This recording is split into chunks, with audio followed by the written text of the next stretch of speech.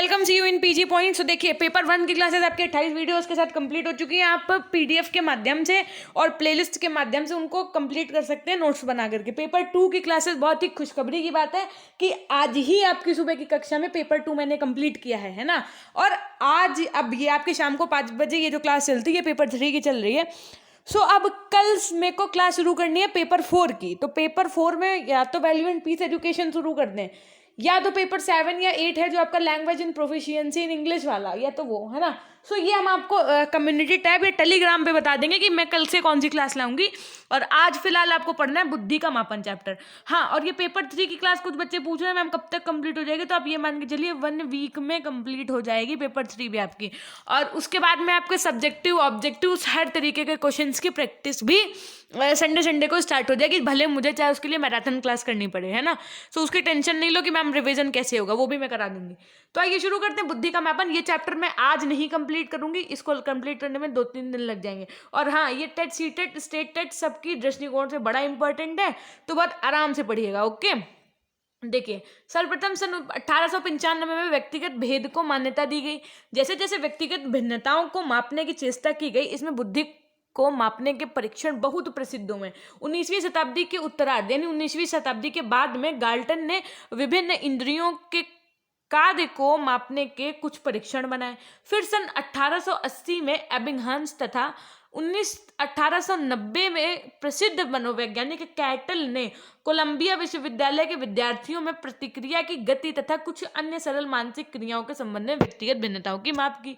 अब देखो, बुद्धि सबको पता है कि एक तरीके से सबके जो साइकोलॉजिस्ट थे उनके मतभेद थे, फिर सिद्धांत को लेकर भी मतभेद रहे, तो बुद्धि के मापन को लेकर भी सीधी सी बात है मतभेद रहेंगे। तो क्या मतभेद है, कैसे हैं चीजें, वो सब कुछ जानेंगे। और ये बहुत इंपॉर्टेंट, बहुत अच्छा चैप्टर है। आपको अभी शुरू में इंटरेस्ट नहीं आ रहा है, अभी बड़ा इंटरेस्ट आएगा, बस आप एंड तक क्लास के बने रहिएगा। सबसे पहले बुद्धि परीक्षण किसने किया, तो ये इंपॉर्टेंट है, ये क्वेश्चन पूछा जाता है। सबसे पहले बुद्धि परीक्षण किसने किया था, तो बिने तथा साइमन ने किया था। कब किया था, 1905 में किया था। बताओ, ये बात आपको अभी याद कर लेनी है, अभी आगे थोड़ी देर बाद में पूछूंगी, इसको पहले बता दिया है, ठीक है। अब देखो, जो बहुत लोकप्रिय हुआ, उन्होंने इसका प्रयोग ही नहीं किया, बल्कि बालकों की मानसिक आयु ज्ञात करने के लिए उन्होंने कई बुद्धि परीक्षणों का अलग अलग आयु के अनुसार निर्माण भी किया। इसके बाद इसमें कई बार संशोधन किए गए।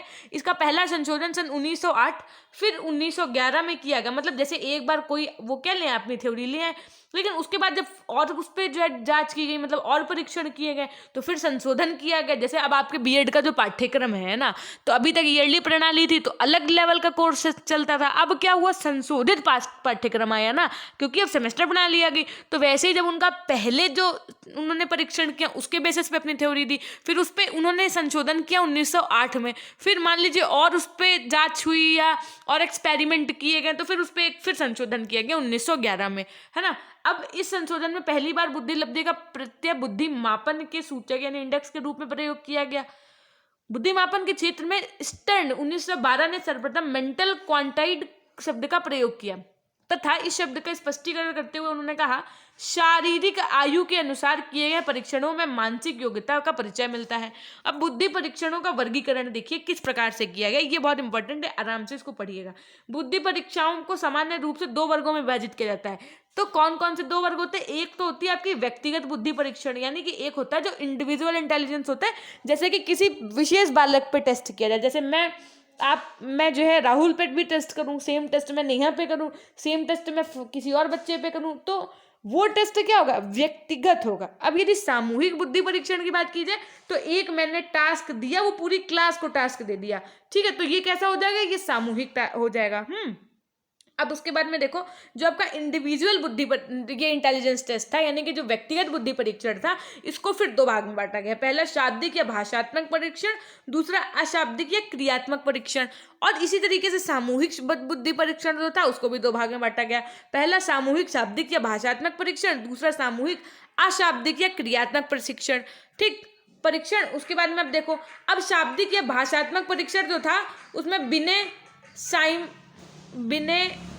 साइमन बुद्धि परीक्षण पढ़ना होगा आपको, स्टेनफोर्ड बिने पढ़ना होगा। उसके बाद वैक्सलर इनका बुद्धि परीक्षण पढ़ना होगा आपको। उसके अंदर अशाब्दिक में यदि बात किया जाए तो पोर्टियस भूल भुलैया परीक्षण, नाम देखो कितना अल्टीमेट है, भूल भुलैया परीक्षण। फिलहाल भूल भुलैया से याद है, लखनऊ में एक है भूल भुलैया, गए हैं आप लोग? गए हैं तो बताइएगा। भाटिया क्रियात्मक परीक्षण, आकार फलक परीक्षण। सेम इसी तरीके से जब सामूहिक शाब्दिक परीक्षण की बात आएगी तो उसमें आपको आर्मी अल्फा परीक्षण, आर्मी जनरल वर्गीकरण परीक्षण, सोहनलाल बुद्धि परीक्षण, टर्मन मानसिक योग्यता सामूहिक परीक्षण, फिर इसमें आर्मी बीटा परीक्षण, उसके बाद में पिगन अशाब्दिक परीक्षण, शिकागो अशाब्दिक परीक्षण, डॉक्टर गुड एंड मनुष्य आकर्षण परीक्षण और रेवेंस प्रोग्रेसिव मैट्रिक्स टेस्ट। तो ये सब चीजें पढ़नी होंगी। और उसके बाद में इसके अंतर्गत भी आपको कोहल क्या है, कोहस ब्लॉक डिजाइन टेस्ट। तो ये सब चीजें अभी हम आपको आराम से पढ़ाएंगे, इसीलिए इसको थोड़ा सा टाइम लगेगा चैप्टर को कंप्लीट होने में। और ये बहुत इंपॉर्टेंट चैप्टर है, इसकी पीडीएफ मैं आपको जब ये पूरी क्लास कंप्लीट हो जाएगी उसके बाद ही दूंगी, यानी चाहे 2 दिन में कंप्लीट हो चाहे 3 दिन में, ठीक। सबसे पहले हम लोग किसकी, बिल्कुल टेंशन नहीं लो, सब समझ में आएगा। सबसे पहले किसकी बात करेंगे, व्यक्तिगत बुद्धि परीक्षण की, इंडिविजुअल इंटेलिजेंस टेस्ट की। तो इस परीक्षण का आरंभ किसने किया, तो बिने ने किया था, तथा बिने द्वारा रचित परीक्षण का संशोधन साइमन ने किया। यह परीक्षा एक समय में एक ही व्यक्ति पर किया जाता है, मतलब ये जो परीक्षण है आपका, ये टेस्ट है, ये एक बार में एक ही व्यक्ति पर किया जाता है, क्योंकि ये व्यक्तिगत नाम ही है, व्यक्तिगत बुद्धि परीक्षण। फिर क्रो एंड क्रो के अनुसार व्यक्तिगत परीक्षा का उपयोग व्यक्ति के मानसिक उपचार के लिए भी किया जाता है, क्योंकि इसमें संपर्क व्यक्तिगत रूप से होता है, अतः इसके प्रशासन में एक कुशल, दक्ष एवं प्रशिक्षित परीक्षणकर्ता की आवश्यकता होती है। इसमें परीक्षणकर्ता व्यक्ति विशेष के साथ सौहार्द स्थापित करता है, उसके बाद उसे उस मानसिक स्थिति में लाता है जिससे उसके मन में किसी प्रकार का भय ना हो। फिर उसे परीक्षण संबंधी निर्देश दिए जाते हैं और उसे प्रश्नों के उत्तर देने को कहा जाता है। इस प्रकार देखा जाता है कि व्यक्तिगत बुद्धि परीक्षाओं से बालक की बुद्धि का परीक्षण अधिक वैध और विश्वसनीय होता है। कुछ प्रमुख व्यक्तिगत परीक्षण निम्न है। पहला क्या है कि बिने साइमन बुद्धि स्केल, ये देखो। फिर आपको पढ़ना होगा स्टैनफोर्ड बिने स्केल, बर्ट बर्न शक्ति परीक्षण, पोर्टियस भूल भुलैया परीक्षण, कोहज ब्लॉक डिजाइन परीक्षण, उसके बाद में भाटिया क्रियात्मक परीक्षण, मिनीसोटा स्कूल परीक्षण। तो ये सब जो परीक्षण है ये आपको अभी मैं आगे बताऊंगी। उसके बाद में आपको पढ़ना होगा सामूहिक बुद्धि परीक्षण। ये क्या होता है भाई, आपको 2 भागों में बांटा गया था ना, पहला व्यक्तिगत और दूसरा सामूहिक। तो पहले तो ये समझ लिया अब आपने कि व्यक्तिगत बुद्धि परीक्षण के अंतर्गत हमको क्या क्या पढ़ना है। अब आपको हम समझाएंगे आज सामूहिक परीक्षण के अंतर्गत आपको क्या क्या पढ़ना है। तो देखो, अब सामूहिक बुद्धि परीक्षण की यदि बात की जाए तो इस परीक्षण का आरंभ प्रथम विश्व युद्ध 1914-18 के समय अमेरिका में हुआ था।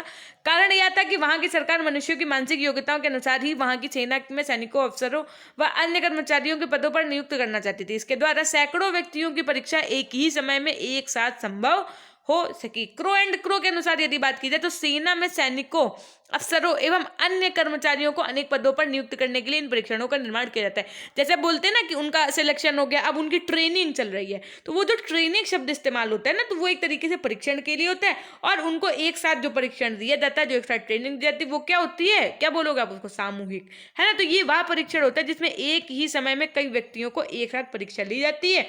यह परीक्षा ज्यादातर, जैसे आपका स्कूल है, आपके स्कूल में जो पेपर हुआ, तो पेपर तो सेम ही है ना, बच्चे क्या है समूह में, भाई 30 बच्चा है, 40 बच्चा है, सब लोग पेपर करके क्या हो गए, तो ये क्या हुआ, सामूहिक परीक्षण हुआ। उद्योग है, सेना है आदि में अधिक उपयोग किया जाता है। इन परीक्षाओं के द्वारा किसी समूह की योग्यताओं का मूल्यांकन एक साथ किया जाता है। इसमें संपूर्ण समूह को एक ही प्रकार का निर्देश दिया जाता है।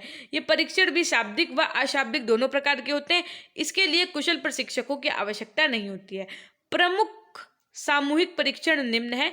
आर्मी अल्फा परीक्षण यानी कि आर्मी अल्फा टेस्ट, आर्मी सामान्य वर्गीकरण टेस्ट यानी जनरल क्लासिकल टेस्ट, उसका में डॉक्टर सोहनलाल बुद्धि परीक्षण। ये सब कैसे पढ़ने होंगे आपको, ये सब पढ़ने होंगे किसके अंतर्गत, सामूहिक परीक्षण के अंतर्गत। अब सबसे पहले व्यक्तिगत या सामूहिक दोनों ही परीक्षाओं के 2 रूप हो सकते हैं। कौन कौन से, पहला शाब्दिक या भाषात्मक परीक्षण।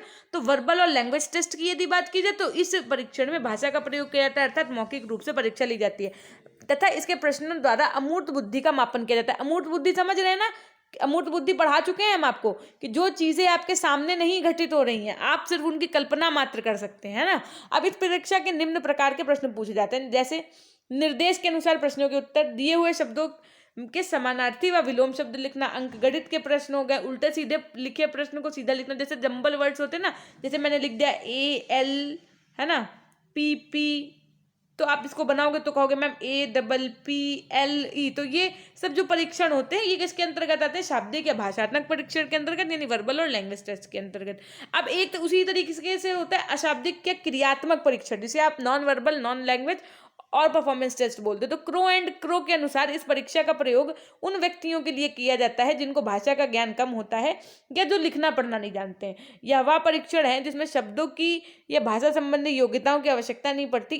इस प्रकार की परीक्षा पेपर, पेंसिल व क्रियात्मक यानी परफॉर्मेंस 2 प्रकार की होती है। इनमें प्रश्नों का उत्तर प्रायः चित्रों, आकारों, स्थूल वस्तुओं व चिन्हों के माध्यम से प्रस्तुत किया जाता है, अर्थात क्रियाओं द्वारा उत्तर देना होता है। मतलब सब नाम ही देखिए क्रियात्मक प्रशिक्षण है, तो क्रिया के द्वारा जो परीक्षा संभव हो वो किसके अंतर्गत आएगा? क्रियात्मक परीक्षण के अंतर्गत।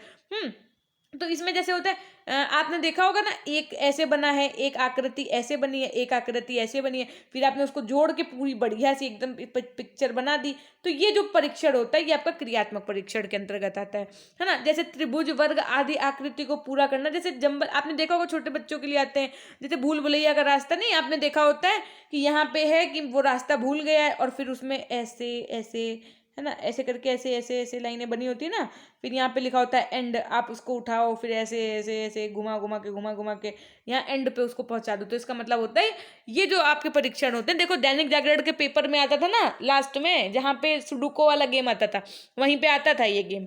तो ये सब किसके अंतर्गत आएगा? आपका क्रियात्मक परीक्षण के अंतर्गत। अब यदि बात की जाए व्यक्तिगत शाब्दिक या भाषात्मक परीक्षण की, तो देखो,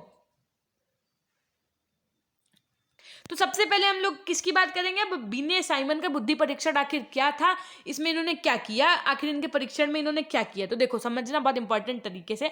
बिने, इस परीक्षण का निर्माण फ्रेंच मनोवैज्ञानिक अल्फ्रेड बिने द्वारा किया गया। कब किया गया था? तो 1905 में किया गया था। इसमें बिने साइमन स्केल के नाम से जाना जाता है। उस समय फ्रेंच सरकार को जरूरत थी कि वहां वह दुर्बल यानी मानसिक रूप से जो पीड़ित बच्चों की पहचान कर सके, इसके लिए वहां की सरकार ने एक ऐसे बुद्धि परीक्षण के निर्माण का कार्यभार बिने को सौंपा।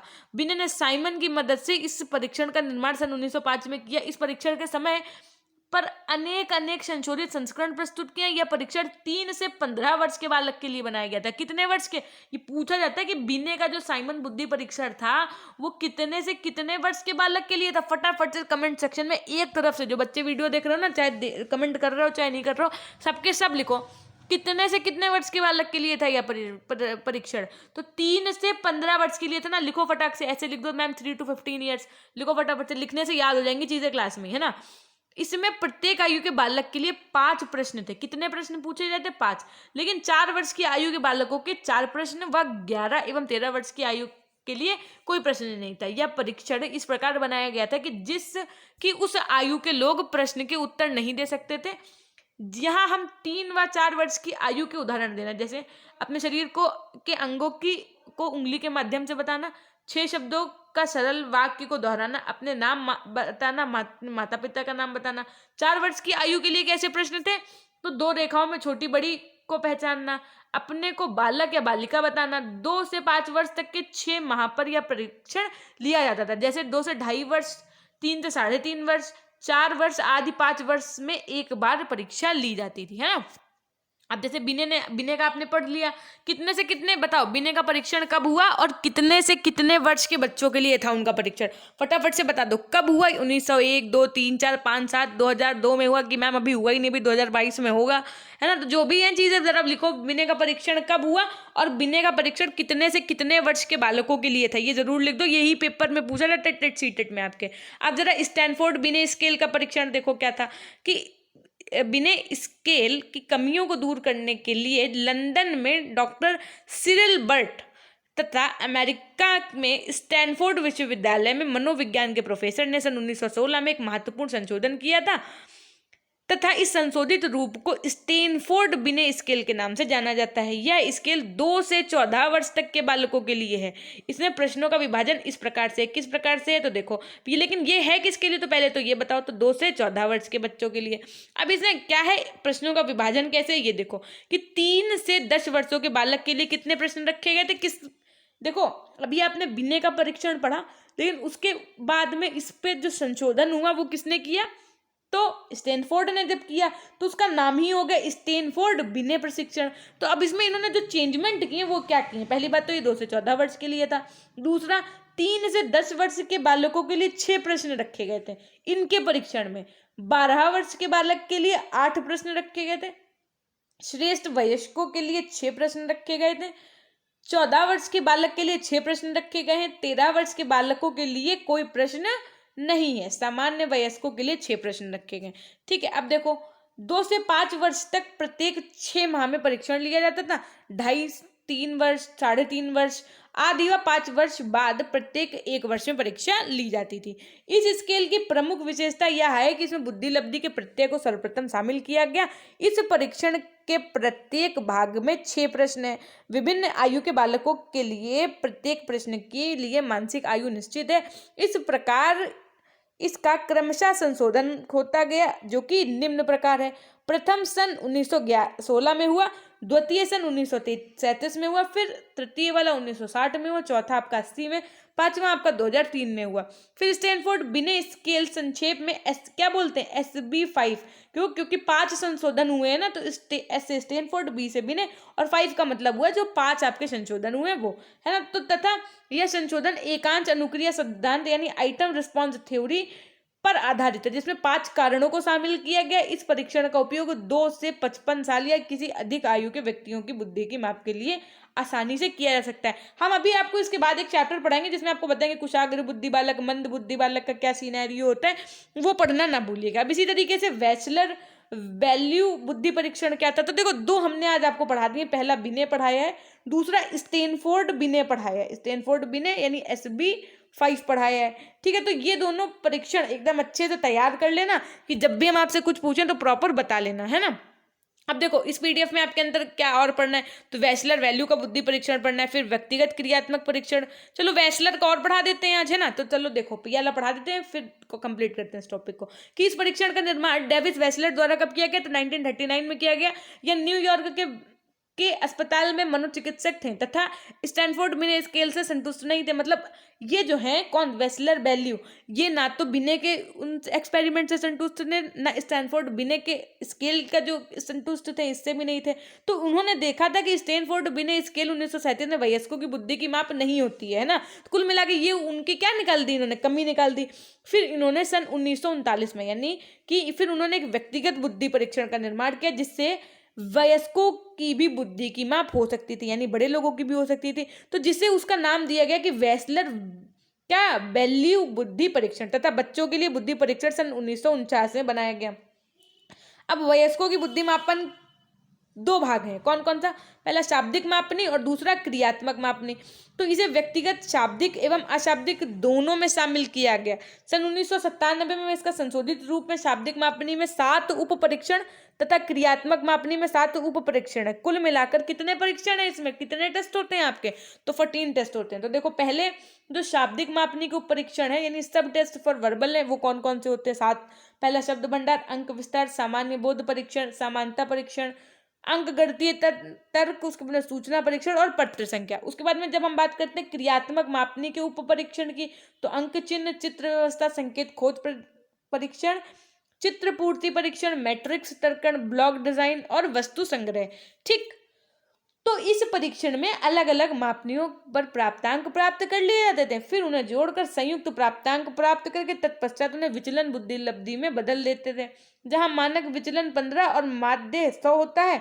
इस तरह इस परीक्षण द्वारा 16 से 74 साल तक के व्यक्तियों की बुद्धि लब्धि ज्ञात की जाती थी। ऐसे समझो आप, जैसे आपके सब ऐसे आपने देखा होगा ना हाई स्कूल इंटर में कि अगर हाई स्कूल में आपके 65 की 70 नंबर से ऊपर है तो आपको डिस्टिंक्शन मिलेगी, 80% है तो डिस्टिंक्शन मिलेगी, 70 है तो फर्स्ट डिवीजन मिलेगा, 60 है तो सेकंड डिवीजन मिलेगा। तो ऐसे ही ये 14 टेस्ट होते थे और इसमें जिसके जितने मार्क्स टाइप के मान लो आप अपने हिसाब से आते हैं ना, उसको उस हिसाब से उसकी बुद्धि का मापन माना जाता था। अब देखो अब आपको कल हम पढ़ाएंगे व्यक्तिगत क्रियात्मक परीक्षण। ठीक है, ये आप देख पा रहे हैं ना। तो ये PDF हम आपको आज नहीं देंगे क्योंकि एक ही में है, तो जब ये टॉपिक हम कंप्लीट करा देंगे आपका 1-2 दिन में, होप सो कि कल ही करा देंगे, और कंप्लीट कराने के बाद में फिर हम आपको इसकी PDF कल प्रोवाइड कर देंगे चैनल पे, है ना। सो बिल्लू से मिलने का भी समय आ गया, चलो बिल्लू से भी मिल लो। देखो आज ये बिल्लू रो रहे हैं और ये लिख रहे हैं कि देखो वेट पूरा दिखाते हैं आपको अच्छे से प्रॉपर। देखिए लिख रहे हैं कि मुझे कोई प्यार ही नहीं करता है। देखिए कैसे रो रहे हैं, क्यों रो रहे हैं, क्योंकि ये जानते हैं कि हमारा पेपर 3 भी अब कंप्लीट हो जाएगा, फिर हमको मौका नहीं मिलेगा आने का। अगर आप लोग परमिशन देंगे तो इनको हम पेपर 4 और पेपर 5 की जब या आज दूसरे पेपर की क्लास शुरू करेंगे तो उसमें भी ले आया करेंगे। तो अभी तो लेकिन इनको ऐसा ही लग रहा है ना कि इनको लाया ही नहीं जाएगा, इसलिए कि रो रहे हैं। सुबह वाले ये हैं, अब रोते रोते आए हैं यहाँ की बड़ी मुश्किल में, है ना। आप बताओ, अगर आप लोग प्यार करते हो इनको तो बताइएगा, नेक्स्ट पेपर में भी इनको लेके आएंगे। और चैनल को क्या करना है आपको, लाइक सब्सक्राइब, देखो वीडियोस को सारे आपको सेशन लाइक कर दिया करिए, चैनल को अपने दोस्तों तक शेयर कर दिया करिए। अगर अभी नए हैं आप तो सब्सक्राइब कर लीजिए। टेलीग्राम चैनल की लिंक आपको डिस्क्रिप्शन बॉक्स कमेंट सेक्शन में मिल जाएगी, तो वहाँ से जुड़ना ना भूलिएगा। पीडीएफ आपको वहाँ की हर क्लासेस की मिल जाती हैं। तो थैंक यू, और सबका ध्यान रखिएगा, अपना भी ध्यान रखिएगा, घर वालों से मेरा प्रणाम बोलिएगा। हमेशा खुश रहिए, मुस्कुराते रहिए। बोलिए फटाफट से लास्ट वाली लाइन। तो हमेशा खुश रहिए, मुस्कुराते रहिए, कभी अपने लिए तो कभी अपनों के लिए। Till then take care, bye bye. ये है आपका टेलीग्राम चैनल और यहाँ पे आपको जुड़ना है। Okay, so always take care, be happy.